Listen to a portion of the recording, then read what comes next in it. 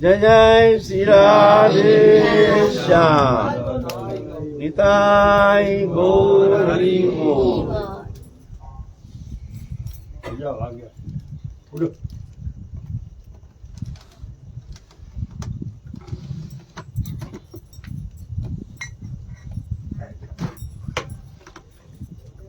সাধু সঙ্গ সর্বশাস্ত্রে কয়, लव मात्र साधु संगे सर्वसिद्धि है। साधु संग जैसे कोई बीमार होने से वैद्य के पास जाना पड़ता है,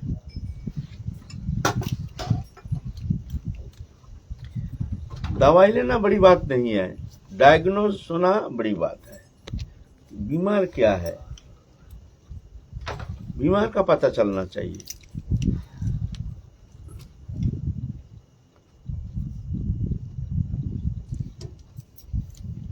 अगर बीमार पता नहीं चला, डॉक्टर दवा देते हैं, दवाई खाते हैं, तो बीमार ठीक थोड़ी होगा।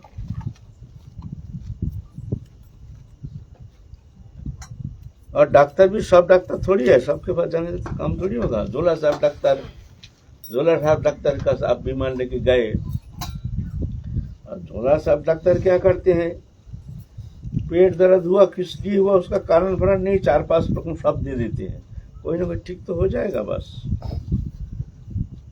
ऐसे झोला साहब के पास जाने से और कभी कभी ज्यादा नुकसान होने का संभावना रहता है। ऐसा ही तद्विद्धि प्रणिपात परिप्रश्न सेवया उपदीक्षन्ति ते गणंगरिण तत्वदर्शिना। तद्विद्धि प्रणिपात परिप्रश्न महत् सान्निध्य में जाकर के महापुरुष माने जो जानते हैं, अनुभवी संत, मैंने डॉक्टर देखा है कि किसको, specialist, heart specialist, eye specialist, neuro specialist, ये सब स्पेशलिस्ट है ना, वो निरूपण कर सकते हैं जो क्या बीमारी है। अब जो हम झोला साहब डॉक्टर के पास चले गए, वो क्या निरूपण करेंगे। तो ऐसे बीमार क्या है, क्यों हमारा भजन में मन नहीं लगता है, लगने का कारण क्या है, ये प्रश्न ज्यादातर साधक के अंदर ये प्रश्न सुनने में आता है, और सभी के अंदर ही एक ही प्रश्न ज्यादातर है ना। तो ये ब्रजभूमि है, यहाँ सब आते हैं, दूर दूर से साधक आते हैं। साधक बनिए ना, जब ब्रजवास कर रहे हैं, भजन करते हुए साधक है, ऐसा बात नहीं है। साधक माने कौन है, साधा माने प्रैक्टिस करते हैं। क्या प्रैक्टिस करते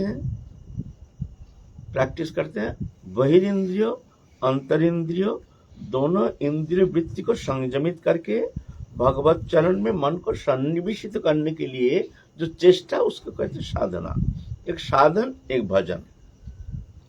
साधना माने प्रैक्टिस। क्या प्रैक्टिस, हमारे बहिर्इंद्रिय जो है, हमारे इंद्रिय हर्ष में भागता है विषय की तरफ, विषय की तरफ भाग रहा है। ये कोई दोष नहीं है, ये स्वभाव है। जी बहुत दोष है, ये दोषी है, ऐसा बात नहीं है, ये दोष नहीं है, ये स्वभाव बन गया है, विषय की तरफ भागता है। तो उस इंद्रिय वृत्ति को संयमित करने के लिए प्रयत्न, जो उसको कहते साधना। साधा माने प्रैक्टिस करना, प्रैक्टिस करने का नाम है साधना। साधना भजन नहीं, साधन भजन नहीं, भजन अलग, साधन अलग।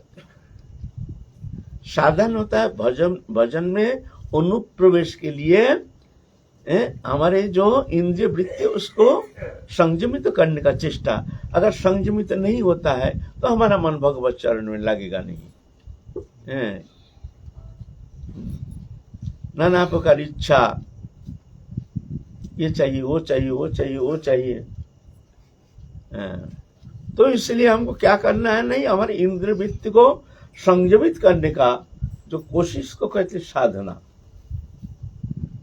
जिसका मन भगवत चरण में लग गया है, दृश्यमान कोई भी वस्तु पदार्थ के प्रति कोई आसक्ति नहीं, इच्छा नहीं, भगवत चिंतन में एक तल्लीनता, तन्मयता, वो तो भाग्यशाली, उसके लिए ये सत्संग नहीं, वो तो पहुंच गया है।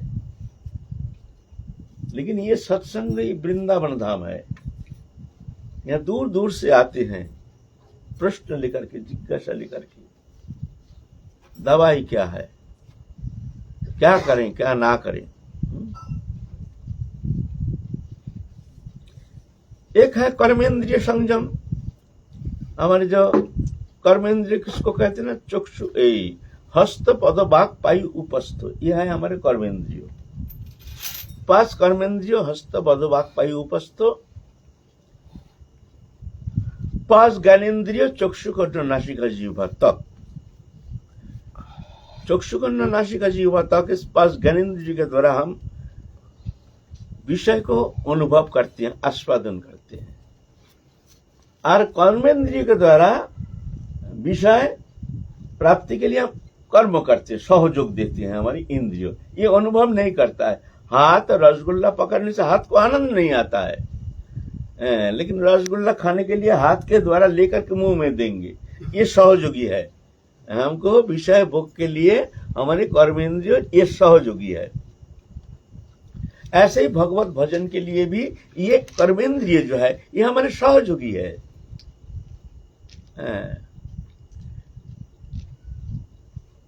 ये कर्मेंद्रिय जो है ये जब विषय में जाता है तो जाके ये कर्मेंद्रिय हमारा दुश्मन बन के आता है। एक एक इंद्रिय हमारा दुश्मन।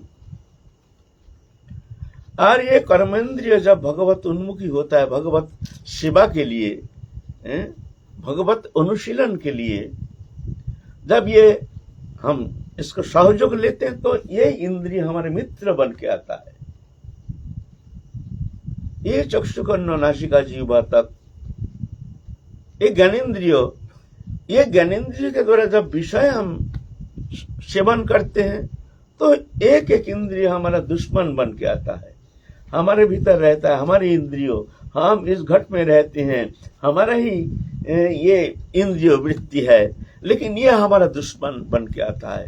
जगत में कोई किसी का दुश्मन नहीं है। हमारे इंद्रिय वृत्ति, हमारी वृत्ति हमारे कभी दुश्मन बन के आता है। जगत में कोई किसी का मित्र नहीं है, हमारी वृत्ति ही हमारे मित्र बन के आता है।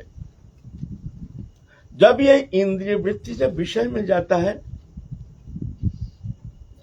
तो हमारा आंख, हमारे कान, हमारे मुख, हमारे त्वक, ये हमारे एक एक दुश्मन, भयंकर दुश्मन, ये दुश्मन हमको क्या करते हैं, नष्ट हमारे आत्मा को बांध करके फिर संसार चक्र में ले जाता है। ना कोई काऊ की सुख दुख दाता, निज कृत कर्म सब फल भोग भ्राता। इंद्रिय हमारा दुश्मन बन के हमको संसार चक्र में ले जाता है। कोई थोड़ी हमारा कोई नुकसान करता है, हम ही हमारे मित्र, हम ही हमारे दुश्मन।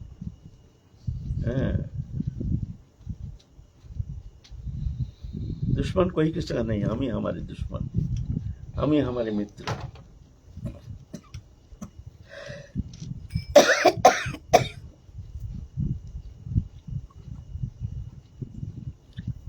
तो जब ये हमारे इंद्रिय वृत्ति, पहले तो हमारे ज्ञानेन्द्रिय जो है ये तो हमारे बस में नहीं है, और समस्त ज्ञानेन्द्रिय, समस्त 10 इंद्रिय के मालिक है मन।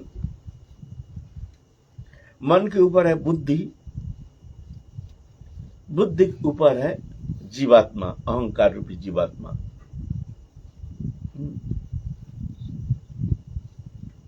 मन किसको कहते हैं ना, चिंतन करता है, संकल्प विकल्प करता है, ये करूं ना ये करूं, जो चिंतन करता है यह है मन का क्रिया।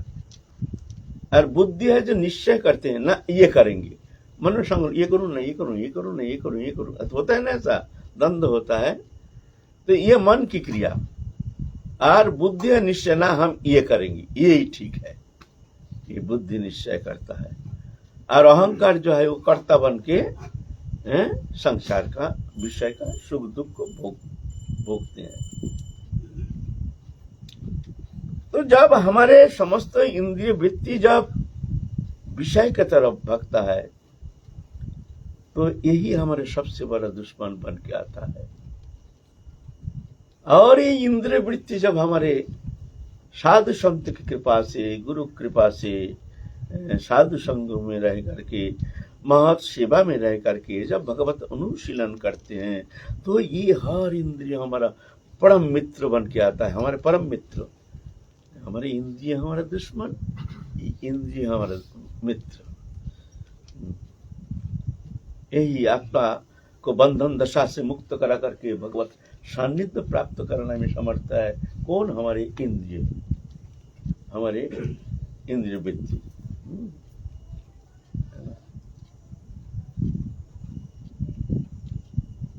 ये आंख के द्वारा जब हम विषय देखते हैं, विषय चिंतन करते हैं, तो ये आंख हमारा दुश्मन। आंख के द्वारा जब हम शिव विग्रह दर्शन करते हैं, मंदिर में जाते हैं, ठाकुर जी का दर्शन करते हैं, संत का दर्शन करते हैं, तो आंख हमारा पवित्र होता है। ये आंख हमारा मित्र बनता है।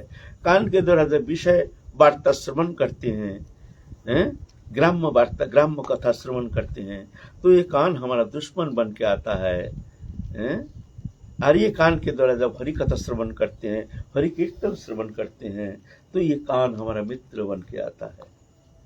ये जीवा के द्वारा, ये वाणी के द्वारा जब हम ग्राम्य कथा, ग्राम्य वार्ता, जब शब्द प्रयोग करते हैं, तो ये शब्द वाणी जो है ये दुश्मन बन के आता है, हमारा अकल्याण करता है।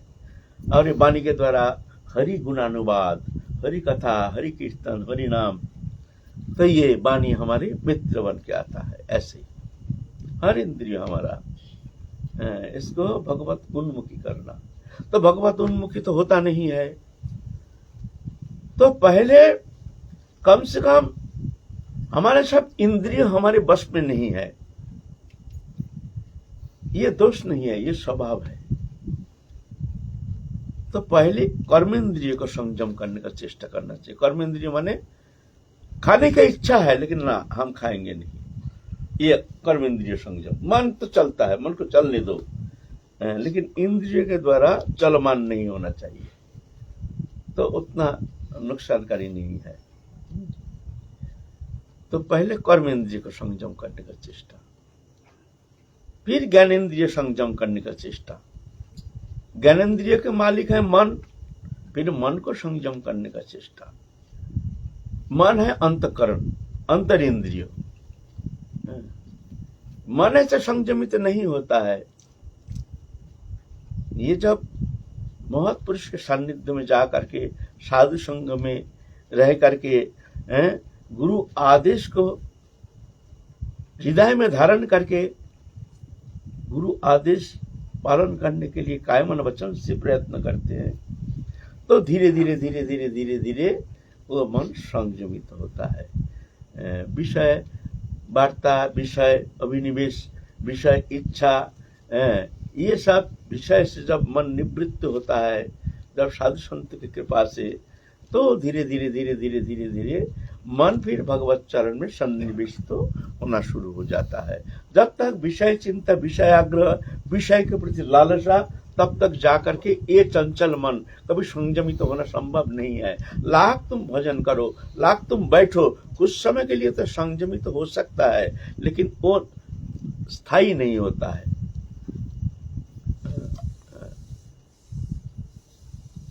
स्थायी होना संभव नहीं है। बैठते हैं, ठीक है, मन को संयम करने के लिए कोशिश करते हैं, लेकिन कुछ समय पीछे देखते हैं मन कहाँ भाग गया, चला गया। ये मन का दोष नहीं, मन का एक स्वभाव है।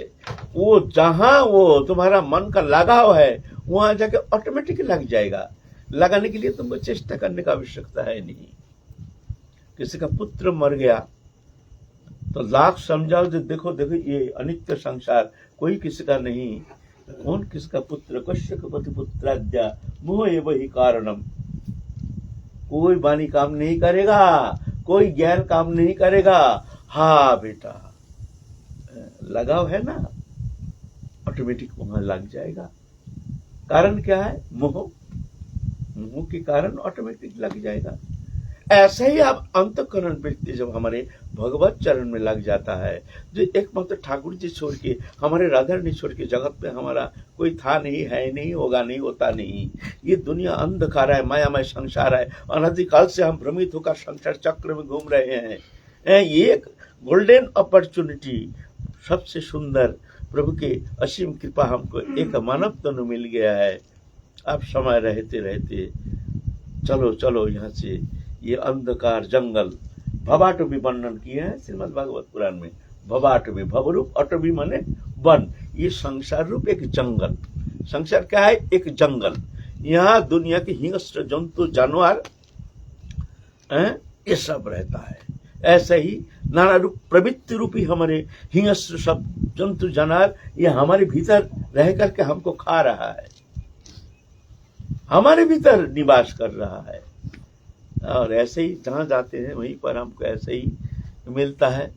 ये भव अटवी है, भवाटवी, भवाटवी का वर्णन किया है श्रीमद् भागवत पुराण में। तो भयभीत होकर के न समय रहते रहते भगवत चरण में मन को लगा करके संसार से पार लगाने के लिए कोशिश करना चाहिए। उसके लिए चाहिए सत्संग, साधुसंग, महत्संग, महसान्निध्य, महत्सेवा। ये बहुत जल्दी मन को संयमित करके भगवत चरण में मन सन्निवेशित करने के लिए सर्वोत्तम उपाय।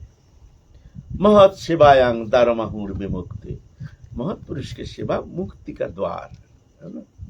कल ना कब आज आलोचना किया ना, एक जन तीव्र भजन करता है, एक जन तीव्र भजन करता है और एक जन भजन करता नहीं है। वो महत् सेवा करते हैं, महत् पुरुष की सेवा करते हैं। दोनों में कौन श्रेष्ठ है? सेवा ज्यादा, जो महत् सेवा करते हैं वो श्रेष्ठ है। अवलंग कैसे श्रेष्ठ है भाई? ये तो भजन करता नहीं है, विक्षेप है, मन को संयम करने के लिए 2 मिनट बैठना भी संभव नहीं है। ये काम वो काम, ये करना है वो करना है, इससे व्यवहार उससे व्यवहार, ये लाओ वो लाओ, ऐसा करो। ऐसा करते करते सुबह से रात तक समय बीत जाता है। चित्त विक्षेप, चित्त चंचल, दुनिया भर के वातावरण, ये कुछ बोलते हैं वो कुछ कहते हैं, यहाँ धक्का खाते हैं तो मुक्का खाते हैं। इसको आप श्रेष्ठ कैसे कहते हैं? अरे एकांत में बैठ करके भजन कर रहा, वो श्रेष्ठ नहीं, ये श्रेष्ठ कैसे होते हैं? बोलते ना, वो जो महत् पुरुष जो है,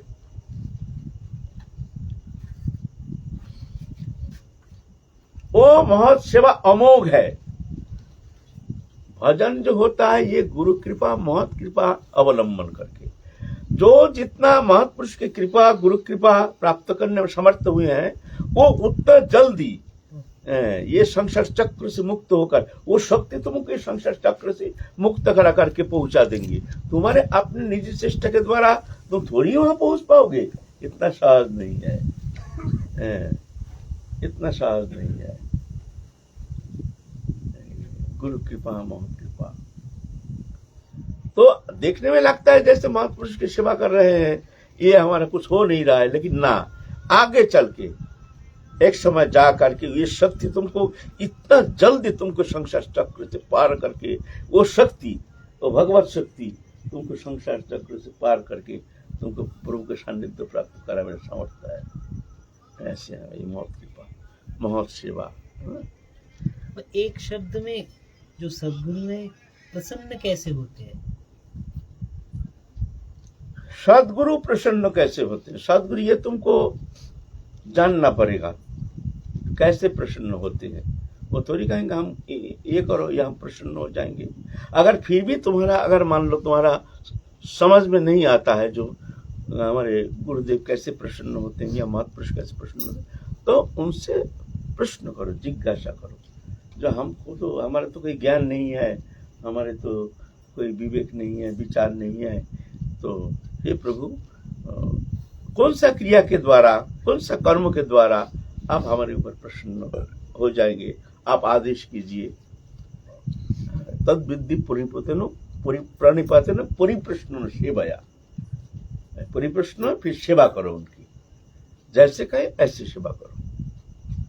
ऐसे ऐसे तुमको जानकारी नहीं है तो उनसे प्रश्न करना चाहिए, फिर वो बताएंगे। अगर मान लो जानकारी है तो अच्छा है ना, हम देखते हैं बाबा प्रसन्न है, बाबा इसमें प्रसन्न है, और उनके प्रसन्नता ही सेवा। बाबा भजन कर रहे हैं, उस समय उनके पास नहीं जाना, यह है सेवा। हमारे गुरुजी जंगल में रहते थे, हर समय 12 महीने जंगल में रहते थे,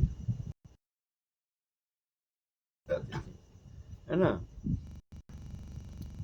तो हम क्या करें, गुरु सेवा, गुरु प्रसन्नता के लिए हमको तो कुछ करना पड़ेगा। नए नए आए हैं, दूर बैठे रहती थी वो, अब गुरुदेव बैठे यहाँ बैठे रहते थे, देखते क्या जरूरत है गुरुदेव का, क्या जरूरत है।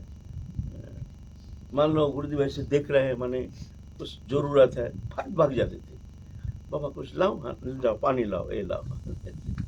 ऐसे उनकी प्रसन्नता, ऐसा नहीं अपनी इच्छा अनुसार हम जैसा चाहते हैं, हम जैसे समझते हैं, हमारी बुद्धिमत्ता यही श्रेष्ठ जान करके अपने बुद्धिमत्ता के द्वारा गुरु को हम विचार करके हम चाहते हैं कि ये जो है हमारी जो प्रक्रिया है, हमारी जो विचारधारा है, ये सर्वोत्तम है, ये सबसे बड़ी मूर्खता है। ऐसा नहीं होता है।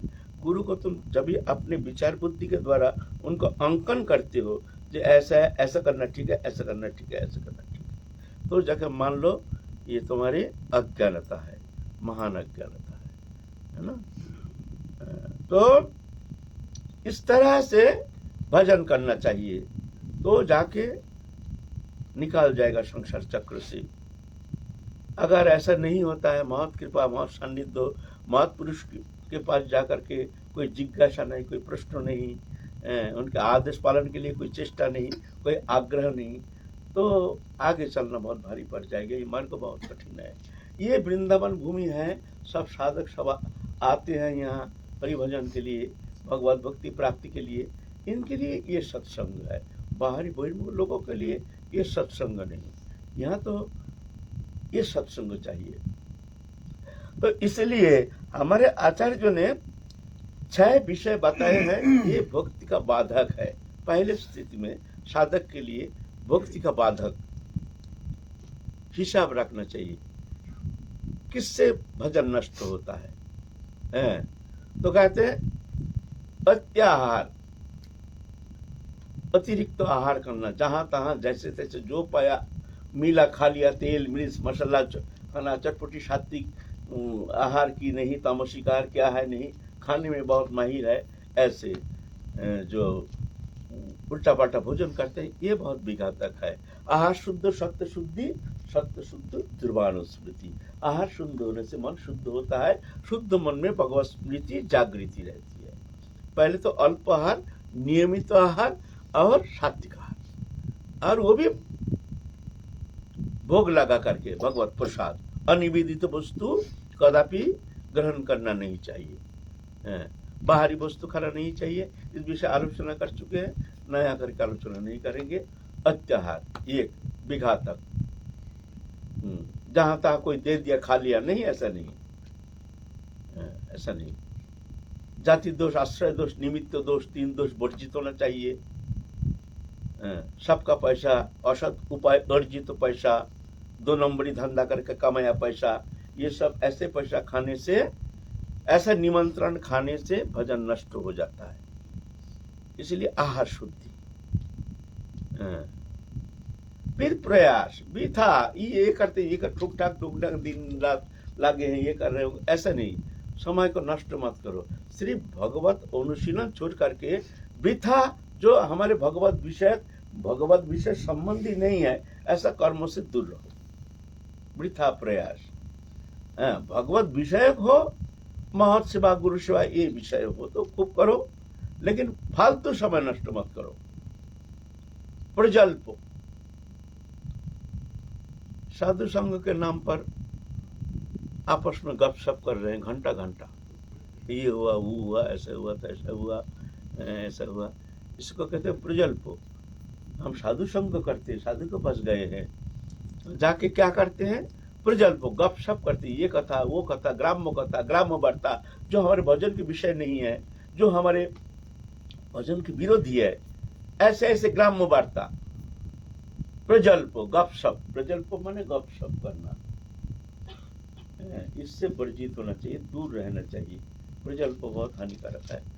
इससे गपशप करना, साधु संग भी, साधु के पास गए हैं बस साधु संग में रहते हैं, हम आए हैं साधु संग करने के लिए, लेकिन आके क्या साधु संग कर रहे हैं, एक गपशप कर रही, यहाँ हुआ ऐसा हुआ, वैसा हुआ, तैसा हुआ, तैसा हुआ, अभी राजनीति में ऐसा कर रहा है, वैसा कर रहा है, ऐसा चल रहा, ये गपशप। तो साधु संग कहाँ, ये तो बत्संग हो गया है। इसीलिए प्रजल्प, अत्याहार, प्रयास, प्रजल्प, ये प्रजल्प, तीन सावधान होना चाहिए साधु के लिए जो भजन करेंगे। साधु माने ये नहीं जो जंगल जाके सब कुछ परित्याग करके भगवत प्राप्ति के उद्देश्य लेकर के एकांत में भजन करते हैं, उनके लिए ये शब्द नहीं। संसार जीवन में रह करके भी जो व्यक्ति अपना परम मंगल साधन करना चाहते हैं, ऐसे भी बहुत गृहस्थी है, ऐसे नहीं आप उसको साधारण अंकन नहीं करना, ये गृहस्थी है। हम पहले ही कहते हैं, देखो भजन ना गृहस्थ के लिए ना त्यागी के लिए, भजन तो आत्मा के लिए। गृहस्थी भी भगवान का है, त्यागी भी भगवान का है। कौन गृहस्थी, कौन सा घर बना के वो आया है, और कौन त्यागी, कौन सा वस्तु हमारा है जो हमने त्याग कर दिया, बोलो हम त्यागी है, अच्छा बस तुम त्यागी हो भाई, कौन सा वस्तु तुमने त्याग किया। वस्तु तो वही त्याग कर सकते हो जो वस्तु तुम्हारा है, कौन सा वस्तु तुम्हारा है, ये शरीर तक तुम्हारा नहीं। जागतिक वस्तु पदार्थ तो बहुत दूर की बात है, शरीर तक तुम्हारा नहीं है, तुमने त्यागी बन गया। त्यागी किसको कहते हैं, कौन त्यागी है। हाँ, ये जो तिलक कंठी माला लेकर के बाबा जी साधु बन के दाढ़ी उड़ी बढ़ाकर जमा, ठीक है, ये तो स्वरूप लक्षण दिखने में साधु है, हम जानते हैं इनके अंदर समस्त सद्गुण से अलंकृत है, यह हमारे लिए प्रणम्य आदरणीय, ठीक है, उत्तम है, लेकिन ऐसा नहीं है। त्यागी कहते हैं त्रिविध नरक छेदं दारं नरन आत्मनः काम क्रोधस्तलोभ तस्मात् एतत्त्रयं त्यजेत्। तीन नरक का द्वार है, काम, क्रोध, लोभ। काम माने कामना, भगवत चरण छोड़ के और कोई भी वस्तु विषय के प्रति लालसा, उसको काम कहता है। क्रोध खतरनाक रिपु है, और लोभ, लोभ माने लालसा, इच्छा, स्प्रिया।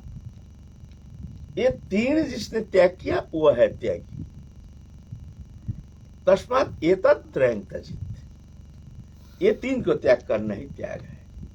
कामना त्याग कर दिया, क्रोध त्याग कर दिया, लोभ लालसा, तो रह गया क्या, तो और क्या रह गया, तो वो है त्यागी। ये मतलब ये नहीं जो जंगल में जाने से त्यागी है, घर में रहता है भजन करता है वो त्यागी नहीं।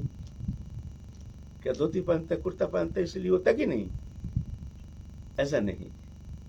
बस त्याग तो अंतकरण की विषय है, शरीर का विषय नहीं है। त्याग कोई पोशाक नहीं है, त्याग है अंतकरण की मामला। निष्प्रिय होता है त्याग। आप तुम भी हो सकते हो, हम भी हो सकते हैं, कोई भी हो सकता है, तो ऐसा नहीं गृहस्थ में रह करके भी वो परम त्यागी हो सकते हैं, परम भक्त हो सकते हैं, परम भक्त हो सकते हैं, भगवान के परम प्रिय हो सकते हैं, भगवत प्राप्ति कर सकते हैं गृहस्थ में रह करके भी। आपने को कभी ऐसा समझना नहीं चाहिए मैं गृहस्थी हूँ। हमको बहुत कहते बाबा मैं तो गृहस्थी हूँ, सुन करके पहले तो हमको तो क्रोध होता है, फिर कष्ट भी होता है, दोनों। क्रोध होता है, ये ऐसा झूठा किस तरह से आपने को मान लिया, हमको क्रोध होता है। तू कब का गृहस्थी भाई, घर में रहने से गृहस्थी होता है, वासना ही गृहस्थी। मन में कामना भोग वासना जिसका है वो गृहस्थी है। जिसका मन में कामना वासना नहीं, भगवत चिंतन है, भगवत चरण में ही जिनके मन संलिप्त है वो है त्याग, है ना। तो ऐसे मन से हटा दो हम गृहस्थी हैं, ये मन से हटा दो, ये एक मान्यता है, ये एक स्वीकृति है, और ये स्वीकृति तुम्हारा बंधन का कारण हो रहा है। तुम मुक्त हो, तुम नित्य मुक्त हो, नित्य शुद्ध सनातन सुंदर दिव्य आनंदमय हो तुम स्वयं। अपने को एक आवरण से क्यों ढक रहे हो। मैं गृहस्थी हूँ, ऐसे हैं तैसे हैं वैसे हैं ऐसे हैं, ये बहुत विघातक होता है। ना तुम गृहस्थ है ना हम त्यागी, दोनों झूठा है। हम तो है ठाकुर जी के, सब हम लोग ठाकुर जी के है ना। महाराज जी एक प्रश्न है बोलो। कि अहंकार का हमेशा त्याग करना चाहिए, किंतु अगर हरि पे ही अहंकार हो जाए तो, यदि हरि की हम उपासना कर रहे हैं और उसी उपासना के द्वारा अहंकार आ जाए, क्योंकि अक्सर देखा है कई ऐसे लोग जो हरि उपासना करते हैं और उपासना करने के बाद उन्हें अहंकार प्राप्त हो जाता है, तो उसका मार्ग। देखो अहंकार जो है ना, भगवान जीवात्मा और परमात्मा के बीच में अहंकार ही है आवरण। ये अहंकार का हटाना ही साधना है। हट गया सिद्धि, भगवान से हमारा नित्य संबंध है। बीच में आ गया अहंकार, अहंकार रूप आवरण, जो भगवान जीवात्मा परमात्मा भक्त भगवान चिद ब्रह्म अनुब्रह्म, इसको अलग करने के लिए ये बीच में आ गया अहंकार। अहंकार का दो वृत्ति, इस विषय में हम लोग पहले भी बहुत बार आलोचना किए हैं, खूब अच्छी तरह से सुन लीजिए। ये अहंकार का खेल है, पूरा नाटक जो है ये अहंकार का है, पूरा सृष्टि चल रही है ये अहंकार से, अहंकार से समस्त क्रिया चल रही है, अहंकार के कारण समस्त सृष्टि रचना हो रही है, अहंकार का ही खेल है। और अहंकार से ही यहाँ वहाँ तुमको भगवत सानिध्य प्राप्त करना है। अहंकार का दो वृत्ति, एक है चित्त वृत्ति, एक है जड़ वृत्ति। अहंकार जाएगा नहीं, जड़ वृत्ति है। सुन लीजिए, हम लोग 1000 बार शायद हमने आलोचना की है।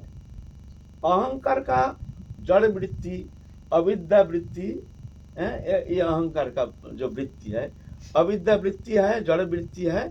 मैं शरीर हूँ, शरीर संबंधी वस्तु मेरा है, ये भावना, ये शरीर मैं हूँ।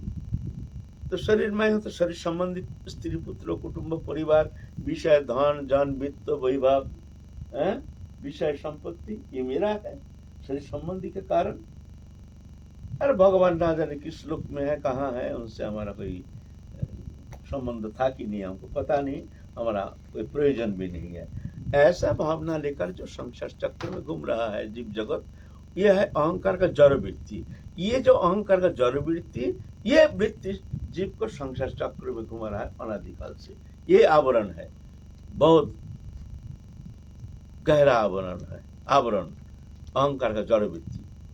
और अहंकार का एक चिद वृत्ति, चिद वृत्ति है मैं शरीर नहीं, शरीर संबंधी वस्तु मेरा नहीं, दृश्यमान जागतिक वस्तु पदार्थ इससे हमारा संबंध था नहीं, है नहीं, होगा नहीं, होता नहीं। तो तुम कौन हो? मैं राधा रानी की हूँ। तुम्हारे कौन है? राधा रानी। तुम्हारा स्वरूप क्या है? चिन्मय दिव्य आनंदमय मायातीत गुणातीत इंद्रियातीत आनंदमय दिव्य शुद्ध सत्य सनातन, ये मैं हूँ। यह है अहंकार का चित्त वृत्ति। साधना चित्त वृत्ति का, जब हमारे ये जड़ीय अहंकार से अहंकार चित्त वृत्ति में आ जाता है, हम ले जाते हैं गुरु कृपा से, जो ना ये शरीर मैं नहीं, बस शरीर में रह रहा हूं लेकिन शरीर मैं नहीं। स्त्री कुटुंब परिवार धन जन वित्त वैभव है लेकिन हमारा नहीं, ये प्रभु का है। जो कर्म हो रहा है मैं करता नहीं, प्रभु करता है। जो कर्म हो ये प्रभु करा रहे हैं, प्रभु करता है, हम दास हैं, जैसे करा रहे हैं ऐसे कर रहे हैं। ये कर्म प्रभु की प्रसन्नता, लेना ना देना मगन रहना, दुनिया का मेला मैं हूं अकेला। यह है अहंकार का चित्त वृत्ति। ये अहंकार का चित्त वृत्ति जो है यही मुक्ति का कारण है। यही तुमको ये संसार चक्र से मुक्त करा करके, माने जड़ियो अविद्या बंधन जो है जड़ वृत्ति से हटा करके, जड़ वृत्ति के जो तुम्हारे बंधन है, जड़ चेतन ग्रंथि जो है, ये जड़ वृत्ति का ग्रंथन है, वो ग्रंथन को खोल करके दिव्य स्वरूप में पहुंचा देते हैं। फिर अहंकार स्वरूप में विलय हो जाता है, फिर चित्त सीधा अहंकार उसमें विलय हो जाता है। ये खेल है ना। तो हमको ये अहंकार चाहिए, मैं ठाकुर जी का हूँ, ठाकुर जी मेरे हैं, बस अहंकार है, मैं हूँ, लेकिन ये शरीर नहीं, मेरा है ये संसार नहीं, मैं हूँ ठाकुर जी के, राधा रानी के, मेरा है राधा रानी ठाकुर जी, उनके परिकर हैं, ललिता जी सखी वृंद आदि हैं, सब ललिता विषय का चित्र ये राधा रानी के परिकर, ये हमारे हैं, सब अपना जन, अपना परिवार, ये है अहंकार के चित्त। समझ गया, ये है, इस तरह से साधना है। तो हम लोग जो प्रसंग जो है अत्याहार प्रयास प्रजल्प, फिर नियम में अनाग्रह, भजन का कोई नियम नहीं, ये भी एक भजन के लिए बहुत विघातक होता है। जो नियम नहीं करता है, नियम अनुसार जो साधन नहीं करते हैं, उसका भजन टिकता नहीं, और धीरे धीरे धीरे धीरे भजन से वो हट जाता है, क्यों? उसका अभ्यास ही नहीं, वो करता ही नहीं, उसका प्रयोजनीयता बोध है ही नहीं। वो जानते क्या नियम क्या करेंगे, मन लगता नहीं तो क्या करें, आसन में बैठ के क्या करें, आसन में बैठने से भजन हो जाता है, इसीलिए आसन में बैठते नहीं है। माला करने से क्या होता है, मन लगता नहीं, माला छोड़ो, कभी नहीं होगा, अनंत काल बैठे रहो, कभी नहीं होगा। समुद्र का तरंग शांत होगा तब जाके हम स्नान करेंगे, समुद्र के किनारे ठहरे होके तो इंतजार करोगे, अनादिकाल बीत जाएगा, कभी नहान होगा नहीं। क्यों? ये संसार तरंग है, ये माया है, इसके अंदर ही हमको स्नान करना पड़ेगा, है ना। तो इसीलिए भजन अच्छा लागे या ना लागे, अधिक से अधिक, काल से और ज्यादा आज होना चाहिए।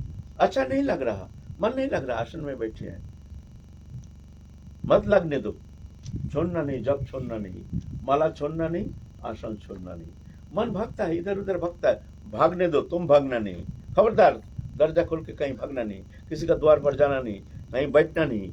अच्छा नहीं लगता है, बढ़िया है, दरजा बंद करके सो जाओ, किसी का घर जाना नहीं, किसी के पास बैठना नहीं, कोई ग्राम्य कथा ग्राम्य वार्ता, मन लगता नहीं, तो इसके लिए क्या करें, दूसरे के घर जाके थोड़ा मन को बहलाने के लिए बोले ऐसा नहीं, ये चलेगा नहीं। तो भजन की नियम जो है ये तीव्र से तीव्रतम होनी चाहिए, उत्तरोत्तर बढ़ना चाहिए। भजन संख्या पहले इतना था, आगे बढ़ना चाहिए, आगे और बढ़ना चाहिए, आगे बढ़ना चाहिए। और बाकी समय हर समय माला अच्छा नहीं लगता है, ठीक है, तो उसको अलग करो, कुछ स्वाध्याय करो, श्रीमद् भागवत गीता आदि, भक्तमाल आदि, यह सब ग्रंथ अध्ययन करो, कुछ समय के लिए उसमें मन लगाओ, ग्रंथ अध्ययन करो। फिर उसमें भी मन नहीं लगता है, ठीक है, कुछ समय कीर्तन करो, उसमें मन नहीं लगता है, ठीक है, थोड़ा सत्संग का ही जाके हरिकथा श्रवण करो। भजन के 64 अंग है, इसलिए है कि कभी कोई अंग में हमारा मन हर समय अच्छा नहीं लगता है, तो इसीलिए अलग अलग अंग, लेकिन भगवत अनुशीलन है ना।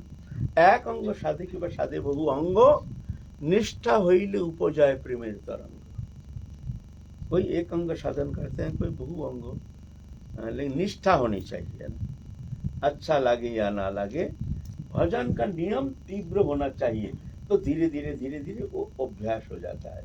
अभ्यास होने से धीरे धीरे उसको भजन में फिर रस आना शुरू हो जाता है। अभ्यास जगजुक्त न चेतसानन्य गामिना परमं पुरुषं दिव्यं जाति पार्थ अनुचिंत। ये अभ्यास जो ये करना पड़ेगा, ये भजन अच्छा लगे या ना लगे, तीव्र भजन चेष्टा। इसलिए भजन नियम कभी त्यागना नहीं चाहिए। भजन नियम तक बोलते, ये भी एक भजन के लिए एक विघातक होता है। गुरु सेवक को भी भजन में नियम मतलब रखना चाहिए। सेवा तो मूल है, सेवा तो जो गुरु सेवा में रहते हैं, गुरु सेवा करना है, वो तो सेवा ही प्रधान है। उसे भजन के विषय चिंता करने से सेवा थोड़ी होगा। आज तो हमारा शंका नहीं हुआ, अरे गुरु सेवा में तो लाग गए हैं, रहने दो गुरु को, हम जाए माला लेके बैठ जाए, है ना। ऐसा हुआ था, वही पंडित बाबा का चेला, रामकृष्ण पंडित बाबा का शिष्य थे, और कृपा सिंधु बाबा भजन में आवेश आ गया। सोचते हैं गुरु सेवा में ही रहते हैं थोड़ा भजन तो होना चाहिए, भजन कम होता है। महापुरुष का कृपा से उनके भीतर ऐसे स्फूर्ति दशा प्राप्ति होने का कारण थोड़ा भजन में आवेश आ गया, तो ज्यादातर आसन में रहने लगे। बच्चों, हाँ बाबा, थोड़ा सा ये शौच में जाना। अच्छा बाबा आ रहे हैं, ठीक है। बच्चों थोड़ा पानी पीला। अच्छा बाबा आ रहे हैं। ऐसा सेवा थोड़ी होती है। वहां रहो, कब क्या चाहिए क्या चाहिए। ऐसा करके भजन सेवा में थोड़ा मन हट गया, तो महाप्रभु स्वप्न में एक दिन बड़ा फटकार लगाया कृपा सुंदर बाबा को। स्वयं महाप्रभु की कृपा है, जो भजन दिखाता है, महापुरुष के सेवा चल के भजन दिखाता है, दुष्ट कहीं के, तो फिर भय भी तो हो करके भजन छोड़ करके सेवा में लगे। सेवा ही उत्तम भजन है, सेवा ही उत्तम भजन है। महापुरुष का सेवा, गुरु सेवा, ये उत्तम भजन है। कोई अगर इसको गौण सोच करके जो भजन में ज्यादा ही उनके मनोवृत्ति और सेवा में आग्रह कम, तो वो सेवा ठीक एक निष्ठ सेवा नहीं, वो सेवा में विशेष फल मिलता नहीं है। अच्छा, तो अत्याहार, प्रयास, प्रजल्प, भजन की नियम, त्याग, ये 4 हुआ। तो फिर और 2 है। एक है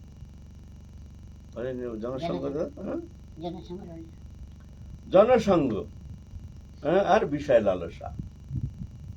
ये दो विषय रह गया। काल आलोचना करेंगे हम। 11 बजता है। गुरु जी ही आदेश करें कि सेवा तुम भजन करो, कीर्तन करो, गुरु स्वयं ही आदेश करें सेवा। देखो, गुरु कभी कभी क्या होता है, साधक का सेवा में आग्रह कम दिख करके कभी कभी गुरु ऐसा कहते हैं, जाओ तुम भजन करो। वो उनकी हृदय की बात नहीं है, लेकिन देखते इसका भजन में ज्यादा आग्रह है, हमारी सेवा में उतना आग्रह नहीं। और जो संत जो होते हैं वो तो निष्प्रिय होते हैं, वो तो कष्ट को स्वीकार कर लेंगे, फिर भी किसी को कष्ट नहीं देंगे। तो देखते हैं हमारे गुरु जी किसी को कभी आदेश करते ही नहीं थे, कभी किसी को आदेश करते नहीं थे। कोई आके बोलते हैं, बाबा हम थोड़ा जाएंगे वहाँ तीर्थ पर्यटन करने। अच्छा ठीक है जाओ। हम ही खुद एक बार बड़े माने ऐसा हुआ, गुरु जी की सेवा में हम रहते हैं जंगल में, गिरिराज तराटी में, और उधर बड़ा उत्पाद बोला ना, सेवा में तो कष्ट होता ही है, बाधा आती है।